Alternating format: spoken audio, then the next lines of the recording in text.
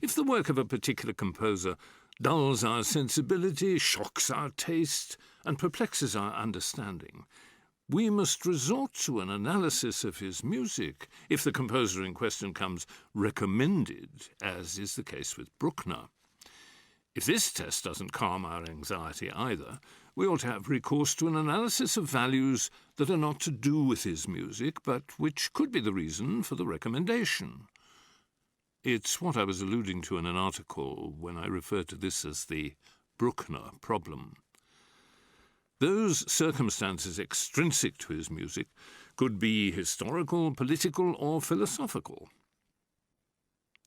Bruckner's biographers describe him as a humble man who, without his musical ability, could well have been a benevolent angelic monk, with a liking for sweet things.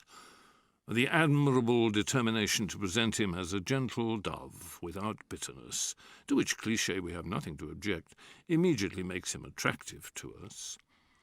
While this gentle Anton plays the organ at the monastery of St. Florian in upland Austria, all is well. But when he comes down the Danube and is made musician to Emperor Franz Joseph, things become complicated for him and for his religious music written for the liturgy, as well as that written for the organ, which had given him a position of prestige among his contemporaries.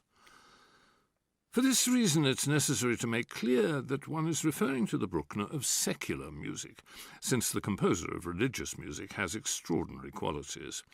But neither should a commentator forget the Bruckner of the symphonies and the sacredness of that music, for it's wrong to separate a man into two halves.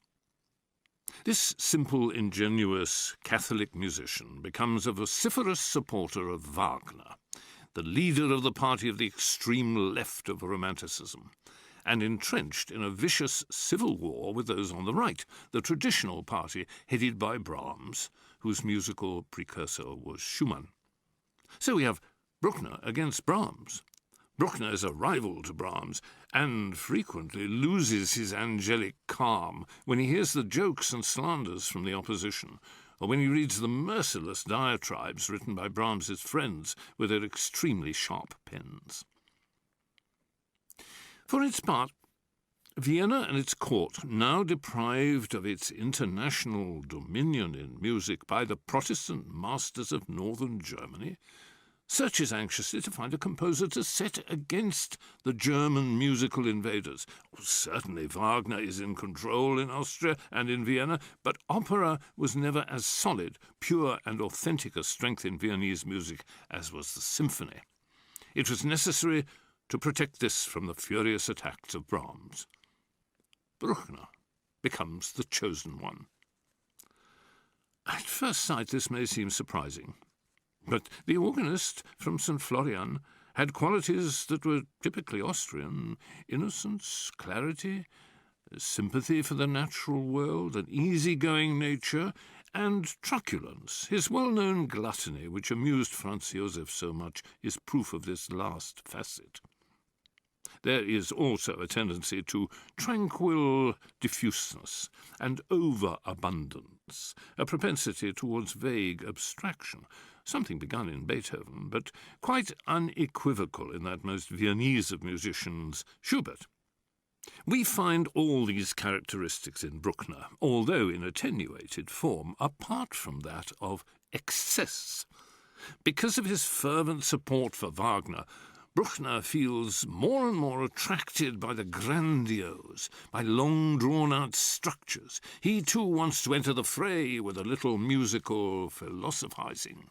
And simple and innocent as he is, he falls into overemphasis and unadulterated rhetoric. But what we Mediterraneans might consider to be a sin is exactly what kept the anti-Brahms flag flying.